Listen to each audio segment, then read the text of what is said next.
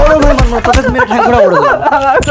ঠিক করেছো, তোমার এই বোকা দাদাকে সবসময় মেরে মেরে ভয় দেখিয়ে রাখবে, নইলে কোনোদিন চালাক হয়ে গেলে না জমি জায়গা ঘর বাড়ির ভাগ চাইবে। অত সহজ? কাঁদছো কেন? তোমাকে কে মেরেছে? আমার ভাই। আরে বোকা মানুষ পেয়ে কিভাবে মেরেছে? কই চলো তো দেখি। না আমি যাবো না ভাই, আবার মারবে। আপনার আঙ্গুলটা কি সত্যি পচে যাবে আমার এই পবিত্র কোরআনকে একটা লাইক, একটা কমেন্ট আর একটা শেয়ার করলে? কমেন্টে বলেন আমি ব্যাগ দিয়ে আসবো ইনশাল্লাহ। কিছু হবে না, তুমি চলো দেখি। ওঠো। আমার দাদাকে আমি কেন মেরেছি তোমাকে জবাব দিতে হবে। হ্যাঁ দিতে হবে। যদি বলি না এটা আমাদের নিতান্তই পারিবারিক ব্যাপার। পারিবারিক ব্যাপার। এই নাও, এই ঠাকুরের সিঁদুরটা আমাকে পরিয়ে দাও। এইবার তো আমি পরিবারের মধ্যে, আজ থেকে আমি এই বাড়ির বউ। আচ্ছা তুমি যখন বিয়ে করলে থাকবে কোথায়? কেন? এই বাড়িতেই। এ বাড়ি আমার।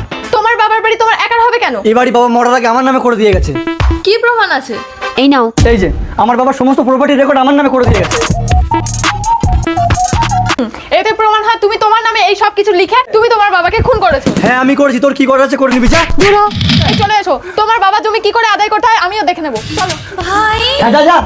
এই মেয়েটাকে পৃথিবী থেকে যেভাবে হোক সরাতে হবে, না হলে তোমার এই চিটিং করে জায়গা জমি লিখিয়ে নিয়ে তোমার বাবাকে মেরে ফেলা, তোমার দাদার উপরে অত্যাচার করা, তোমার কিন্তু যাবজ্জীবন জেল হয়ে যাবে।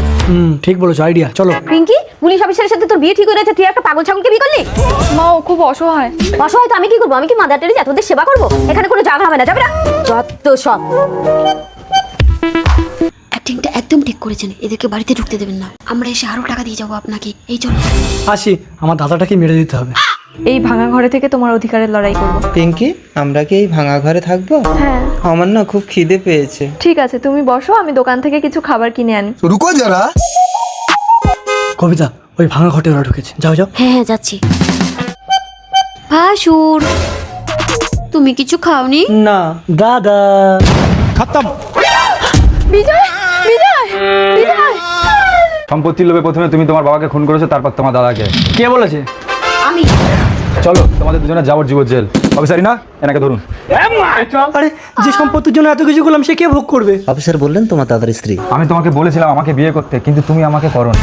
তবে বিধবা বিবাহ যদি অপরাধ না হয়, তোমার জন্য আমি আছি। কখনোই ভাই বোনকে ঠকিয়ে সম্পত্তি থেকে বঞ্চিত করবেন না।